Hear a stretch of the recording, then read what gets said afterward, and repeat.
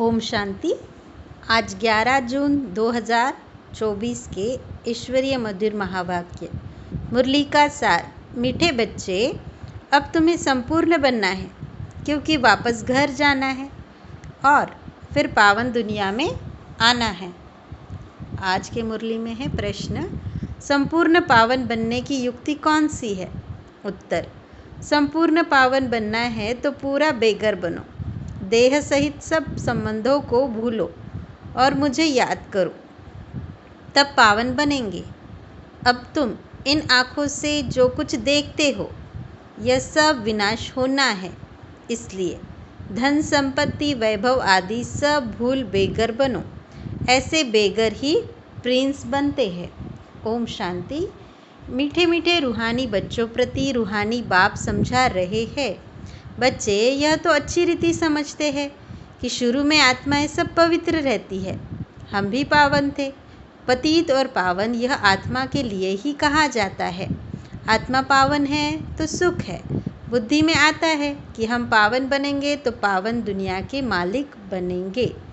इसके लिए ही पुरुषार्थ करते हैं। 5000 वर्ष पहले पावन दुनिया थी, उसमें आधा कल्प तुम पावन थे, बाकी रहा आधा कल्प।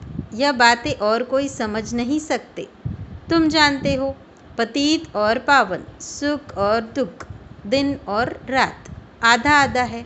जो अच्छे समझदार है, जिन्होंने बहुत भक्ति की है, वही अच्छी रीति समझेंगे।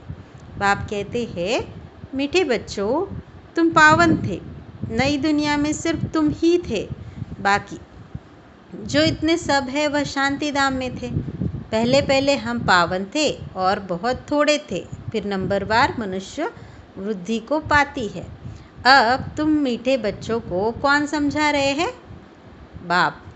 आत्माओं को परमात्मा बाप समझाते हैं। इसको कहा जाता है संगम। इसको ही कुंभ कहा जाता है। मनुष्य इस संगम युग को भूल गए हैं। बाबा ने समझाया है 4 युग होते हैं। 5वां यह छोटा सा लिप संगम युग है। इसकी आयु छोटी है। बाप कहते हैं, मैं इनकी वानप्रस्थ अवस्था में प्रवेश करता हूँ, बहुत जन्मों के अंत के भी अंत में। बच्चों को यह खात्री है ना, बाप ने इनमें प्रवेश किया है। इनकी भी बायोग्राफी सुनाई है। बाप कहते हैं, मैं आत्माओं से ही बात करता हूँ। आत्मा और शरीर दोनों इकट्ठा पाठ होता है। इनको कहा जाता है जीव आत्मा। पवित्र जीव आत्मा, अपवित्र जीव आत्मा। तुम बच्चों की बुद्धि में है कि सतयुग में बहुत थोड़े देवी देवता होते हैं। फिर अपने लिए भी कहेंगे, हम जीवात्मा जो सतयुग में पावन थी, वह फिर 84 जन्म के बाद पतित बनी है। पतित से पावन, पावन से पतित, यह चक्र फिरता ही रहता है। याद भी उस पतित पावन बाप को ही करते हैं। तो हर 5000 वर्ष बाद बाबा एक ही बार आते हैं, आकर स्वर्ग की स्थापना करते हैं। भगवान एक ही, ज़रूर वही पुरानी दुनिया को नया बनाएंगे। फिर नई को पुराना कौन बनाते हैं? रावण, क्योंकि रावण ही देह अभिमानी बनाते हैं। दुश्मन को जलाया जाता है, मित्र को नहीं जलाया जाता।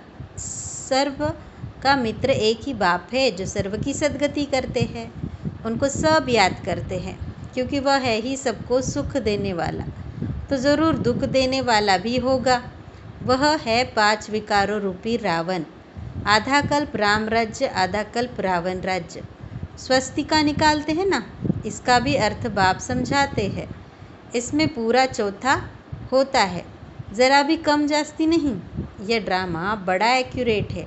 कोई समझते हैं हम इस ड्रामा में निकल जाए, बहुत दुखी है। इसमें तो जाकर ज्योति ज्योत समाए व ब्रह्म में लीन हो जाए, लेकिन कोई भी जा नहीं सकता। क्या क्या ख्यालात करते हैं। भक्ति मार्ग में प्रयत्न भी भिन्न भिन्न करते हैं। सन्यासी शरीर छोड़ेंगे तो ऐसे कभी नहीं कहेंगे कि स्वर्ग व वैकुंठ पधारा। प्रवृत्ति मार्ग वाले कहेंगे फलाना स्वर्ग पधारा। आत्माओं को स्वर्ग याद है ना, तुमको तो सबसे जास्ती याद है। तुमको दोनों की हिस्ट्री ज्योग्राफी का पता है, और कोई को पता नहीं। तुमको भी पता नहीं था। बाप बैठ बच्चों को सब राज समझाते हैं। यह मनुष्य सृष्टि रूपी वृक्ष है, वृक्ष का ज़रूर बीज भी होना चाहिए। बाप ही समझाते हैं पावन दुनिया कैसे बनती है, फिर मैं पावन बनाता हूँ। पावन दुनिया को कहा जाता है स्वर्ग। स्वर्ग पास्ट हो गया, फिर रिपीट होना है, इसलिए कहा जाता है वर्ड की हिस्ट्री रिपीट होती है, अर्थात वर्ड ही पुरानी से नई, नई से पुरानी होती है। रिपीट माना ही ड्रामा। ड्रामा अक्षर बहुत अच्छा है, शोभता है। चक्र हूबहू फिरता ही रहता है। नाटक को हूबहू नहीं कहा जाता। कोई बीमार हो पड़ते हैं तो छुट्टी लेते हैं। तो तुम बच्चों की बुद्धि में है, हम पूज्य देवता थे फिर पुजारी बने। बाप आकर पतित से पावन बनाने की युक्ति बताते हैं, जो कि 5000 वर्ष पहले बताई थी। सिर्फ कहते हैं बच्चे मुझे याद करो। बाप पहले पहले तुमको आत्माभिमानी बनाते हैं। पहले पहले यह शब्द पाठ देते हैं, बच्चे अपने को आत्मा समझो, बाप को याद करो। इतना तुमको याद कराता हूँ, तुम फिर भी भूल जाते हो। भूलते ही रहेंगे जब तक ड्रामा का अंत आए। अंत में जब विनाश का समय होगा तब पढ़ाई पूरी होगी, फिर तुम शरीर छोड़ देंगे। जैसे सर्प भी एक पुरानी खाल छोड़ देते हैं ना, तो बाप भी समझाते हैं। तुम जब बैठते हो अथवा चलते फिरते हो, देही अभिमानी होकर रहो। आगे तुमको देह अभिमान था, अब बाप कहते हैं आत्मा अभिमानी बनो। देह अभिमान में आने से तुमको 5 विकार पकड़ लेते हैं। आत्मा अभिमानी बनने से कोई विकार पकड़ेगा नहीं। देही अभिमानी बन बाप को बहुत प्यार से याद करना है। आत्मा को परमात्मा बाप का प्यार मिलता है इस संगम युग पर। इसको कल्याणकारी संगम कहा जाता है, जबकि बाप और बच्चे आकर मिलते हैं। तुम आत्माएं भी शरीर में हो, बाप भी शरीर में आकर तुमको आत्मा निश्चय कराते हैं। बाप एक ही बार आते हैं, जबकि सबको वापस ले जाना है। समझाते भी है, हम तुमको कैसे वापस ले जाएंगे। तुमको कहते भी हो हम सब पतित है, अब पावन हो, आप आकर हमको पावन बनाओ। तुम बच्चों को पता नहीं है कि बाबा कैसे पावन बनाएंगे। जब तक बनावे नहीं तब तक क्या जाने, यह भी तुम जानते हो। आत्मा छोटा सितारा है, बाप भी छोटा सितारा है, परंतु वह ज्ञान का सागर, शांति का सागर है। तुमको भी आप समान बनाते हैं। यह ज्ञान तुम बच्चों को ही है, जो फिर सबको समझाते हैं। फिर सतयुग में जब तुम होंगे तो यह ज्ञान सुनाएंगे क्या? नहीं। ज्ञान सागर बाप तो एक ही है, जो तुमको अभी ही पढ़ाते हैं। जीवन कहानी तो सबकी चाहिए ना, वह बाप सुनाते ही रहते हैं, परंतु तुम घड़ी घड़ी भूल जाते हो। तुम्हारी माया के साथ युद्ध है, तुम फील करते हो। बाबा को हम याद करते हैं, फिर भूल जाते हैं। बाबा कहते हैं माया ही तुम्हारी दुश्मन है, जो तुमको भुला देती है, अर्थात बाप से बेमुख कर देती है। तुम बच्चे एक ही बार बाप के सम्मुख होते हो, एक ही बार वर्षा देते हैं। बाप एक ही बार वर्षा देते हैं, फिर बाप को सम्मुख आने की दरकार ही नहीं। पाप आत्मा से पुण्य आत्मा स्वर्ग का मालिक बनाया, बस। फिर क्या आकर करेंगे? तुमने बुलाया और मैं बिल्कुल पूरे टाइम पर आया। हर 5000 वर्ष बाद में अपने समय पर आता हूँ। यह किसको भी पता नहीं है। शिवरात्रि क्यों मनाते हैं, उसने क्या किया, किसको भी पता नहीं है। इसलिए शिवरात्रि की हॉलीडे आदि कुछ नहीं करते हैं, और सबकी हॉलीडे करते हैं, लेकिन शिव बाबा आते हैं, इतना पाठ बजाते हैं, उनका कोई को पता भी नहीं पड़ता, अर्थ ही नहीं जानते। भारत में कितना अज्ञान है। तुम बच्चे जानते हो कि शिव बाबा ही ऊंच ते ऊंच है, तो ज़रूर मनुष्य को ऊंच ते ऊंच बनाएंगे। बाप कहते हैं मैंने इनको ज्ञान दिया, योग सिखाया, फिर वह नर से नारायण बना। उन्होंने यह नॉलेज सुनी है। यह ज्ञान तुम्हारे लिए ही है और किसके लिए शोभता नहीं है। तुमको फिर से बनना है। और कोई नहीं बनते। यह है नरसिंह नारायण बनने की कथा, जिन्होंने और धर्म स्थापन किए। सब पुनर्जन्म लेते लेते तमोप्रधान बने हैं, फिर उन सबको सतोप्रधान बनना है। उस पद के अनुसार फिर रिपीट करना है। ऊंच पाठधारी बनने के लिए तुम कितना पुरुषार्थ कर रहे हो? कौन पुरुषार्थ करा रहे हैं? बाबा। तुम ऊंच बन जाते हो, फिर कभी याद भी नहीं करते हो। स्वर्ग में थोड़ी याद करेंगे। ऊंचते ऊंच बाप है, फिर बनाते भी ऊंच है। नारायण से पहले तो श्री कृष्ण है। फिर तुम ऐसे क्यों कहते हो कि नर से नारायण बने? क्यों नहीं कहते हो कि नर से कृष्ण बने? पहले नारायण थोड़ी बनेंगे, पहले तो प्रिंस श्री कृष्ण बनेंगे ना। बच्चा तो फूल होता है, वह तो फिर भी युगल बन जाते हैं। महिमा ब्रह्मचारी की होती है। छोटे बच्चे की सतोप्रधान, छोटे बच्चों को सतोप्रधान कहा जाता है। तुम बच्चों को ख्याल में आना चाहिए, हम पहले पहले ज़रूर प्रिंस बनेंगे। कहा भी जाता है बेगर टू प्रिंस। बेगर किसको कहा जाता है? आत्मा को ही। शरीर के साथ बेगर व साहूकार कहते हैं। इस समय तुम जानते हो, सभी बेगर्स बन जाते हैं, सब खत्म हो जाते हैं। तुमको इस समय ही बेगर बनना है, शरीर सहित। पाई पैसे जो कुछ है खत्म हो जाएंगे। आत्मा को बेगर बनना है, सब कुछ छोड़ना है, फिर प्रिंस बनना है। तुम जानते हो, धन दौलत आदि सब छोड़कर बेगर बन हम घर जाएंगे, फिर नई दुनिया में प्रिंस बनकर आएंगे। जो कुछ भी है सब कुछ छोड़ना है। ये पुरानी चीज़ें कोई काम की नहीं है।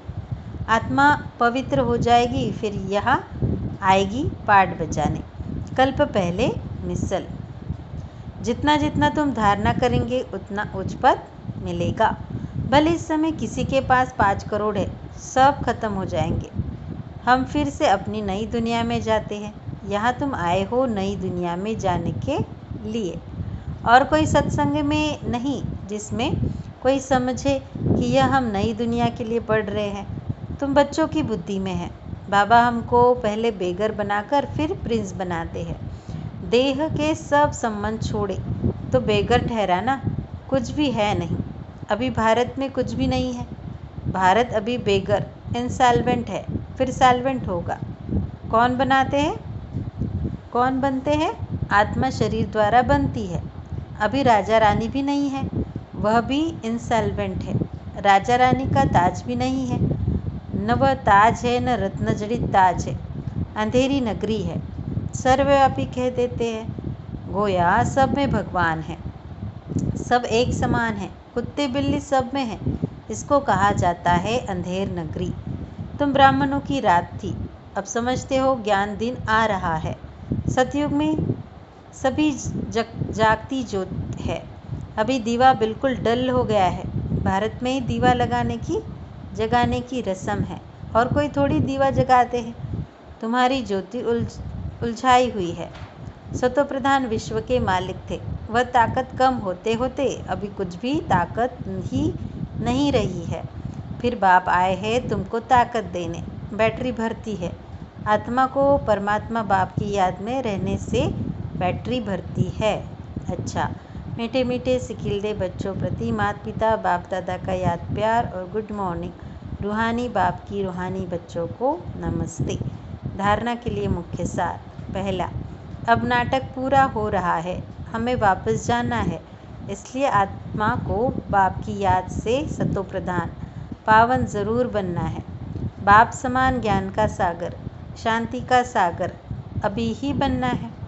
दूसरा पॉइंट, इस देह से भी पूरा बेगर बनने के लिए बुद्धि में रहे कि इन आँखों से जो भी कुछ देखते हैं यह सब खत्म हो जाना है।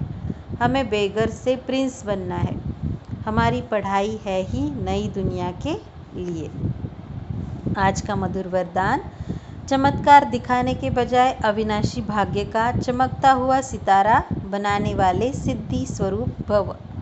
अर्थ, आजकल जो अल्पकाल की सिद्धि वाले होते हैं वह लास्ट में ऊपर से आने के कारण सतोप्रधान स्टेज के प्रमाण पवित्रता के फलस्वरूप अल्पकाल के लिए चमत्कार दिखाते हैं, लेकिन वह सिद्धि सदाकाल नहीं रहती। क्योंकि थोड़े समय में ही सतो रजो तमो तीनों स्टेजेस के से पास करते हैं। आप पवित्र आत्माएं सदा सिद्धि स्वरूप है। चमत्कार दिखाने के बजाय चमकती हुई ज्योति स्वरूप बनाने वाले हैं। अविनाशी भाग्य का चमकता हुआ सितारा बनाने वाले हैं। इसलिए सब आपके पास ही आंजलि लेने आएंगे। आज की मुरली में है स्लोगन, बेहद की वैराग्य वृत्ति का वायुमंडल हो तो सहयोगी सहज योगी बन जाएंगे। अच्छा, ओम शांति।